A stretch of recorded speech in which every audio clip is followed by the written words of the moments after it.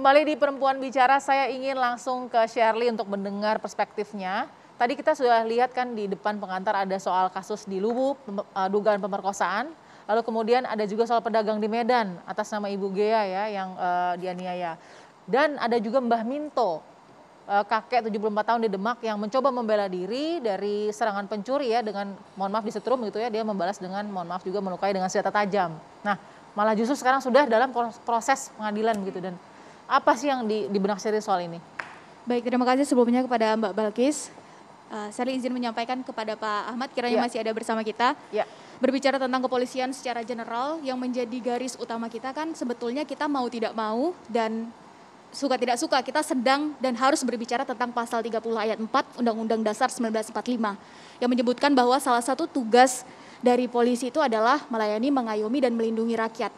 Nah, dalam hal ini melihat gejolak dan dinamika yang terjadi di masyarakat, setidaknya ada 4 sinyal utama yang oleh khalayak, oleh publik mendapat gambaran umum. Yang pertama adalah bahwa terkesan kurang maksimal dalam hal ini kepolisian dalam menjalankan tugas dan fungsinya sebagaimana yang tersebut dalam undang-undang tadi.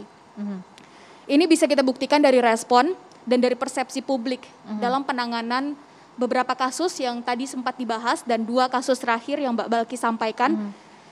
Bahkan yang ditangkap oleh publik adalah polisi justru melakukan hal yang sebaliknya dari keseharusannya. Bersikap kasar, arogan, tidak responsif. Apakah ini didasari karena merasa punya kewenangan atau karena berada di atas hukum sehingga merasa bebas dari hukum atau karena hal yang lainnya. Dalam hal ini kita tidak ada yang tahu pasti. Yang kedua yang ingin saya sampaikan adalah bahwa ada kesan kuat di publik bahwa dalam banyak kasus kepolisian baru mau benar-benar bertindak sebagaimana mestinya dan keseharusannya ketika kasus itu ramai dibicarakan atau viral atau tadi kata Mbak Devi mulai diangkat di medsos.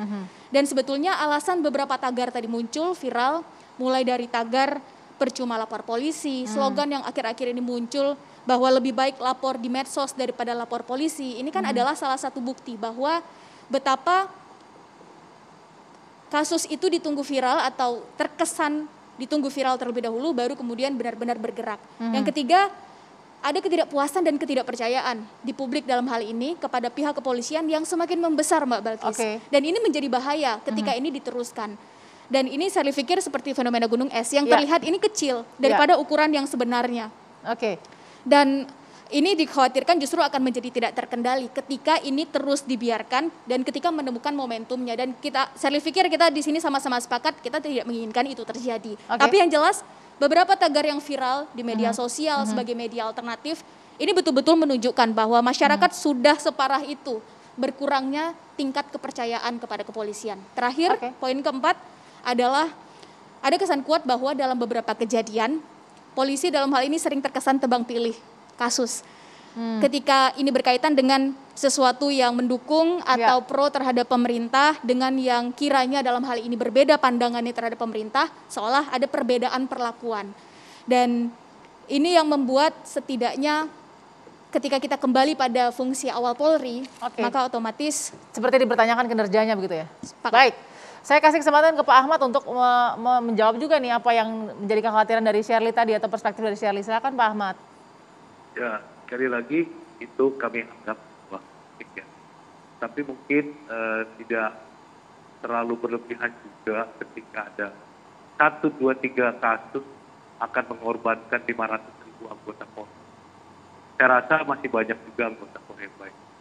Di dalam tubuh kepolisian itu ada internal.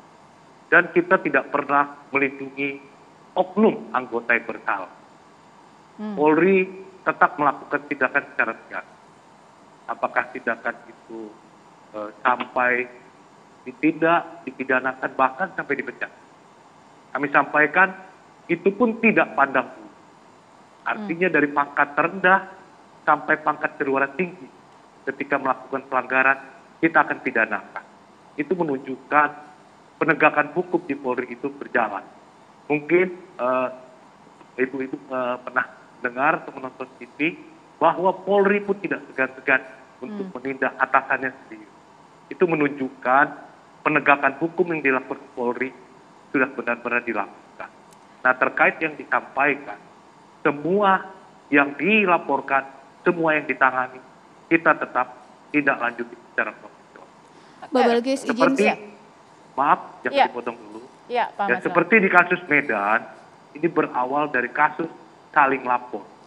Dan tidak ada kita melapor, kita membiarkan. Semua kita laporkan dan proses sedang berjalan. Tiba-tiba di tengah jalan ada yang melakukan kegiatan. Kami sampaikan, ketika kita turun, kemudian menemukan ada pelanggaran prosedur, kita lakukan tindakan. Ya. Tapi tidak benar, hanya karena medsos kita mulai bergerak. Ya. Kita bergerak karena memang tugas amanah yang dibebankan oleh undang-undang kepada aparat kepolisian. Setiap anggota Polri disumpah untuk melaksanakan tugas. Oke. Demikian. Baik, Pak Ahmad. Shirley mau menanggapi?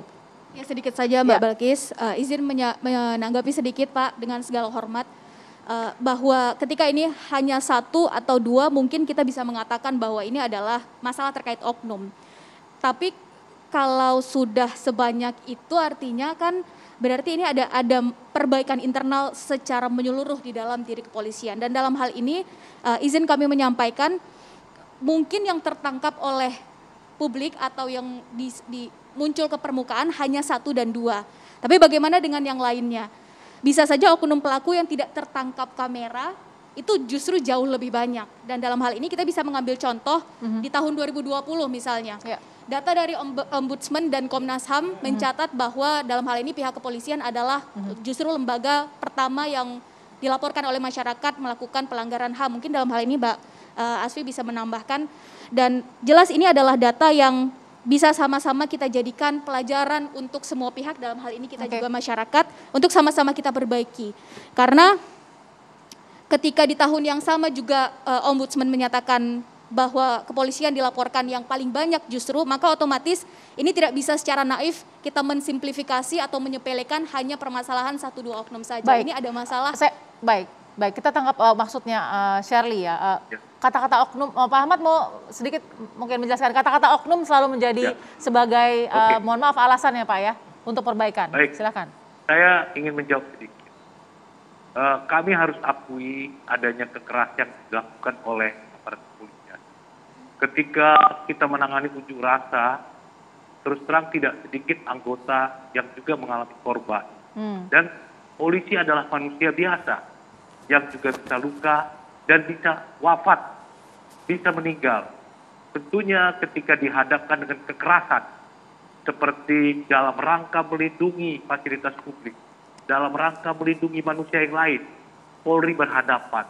Sehingga tidak pernah juga, jarang juga dicatat korban-korban anggota kepolisian yang gugur dalam melaksanakan tugas.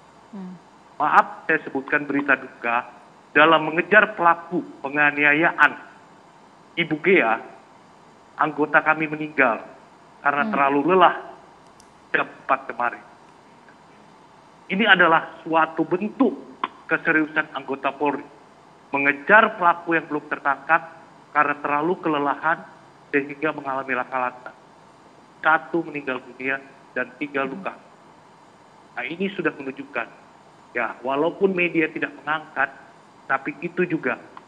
Jadi tolong agak adil juga bahwa polisi adalah manusia biasa. Tentu bukan ini berarti sebuah pembelaan. Setiap anggota yang bersalah karena menjalankan tugas, resiko akan dia alami. Resiko pemecatan, bahkan resiko nyawanya pun sering hilang. Baik Pak Ahmad, kami turut berduka atas gugurnya anggota Bapak tentunya dalam tugas. Tapi kita juga harus tahu bagaimana kemudian memperbaiki ini. Saya akan ke Mbak Asfi dan juga Mbak Devi, karena bicara soal kinerja ini pekerjaan bukan pekerjaan mudah, terlebih dari angka yang tadi sudah disebutkan. Sesaat lagi ya kita akan lanjut di Perempuan Bicara.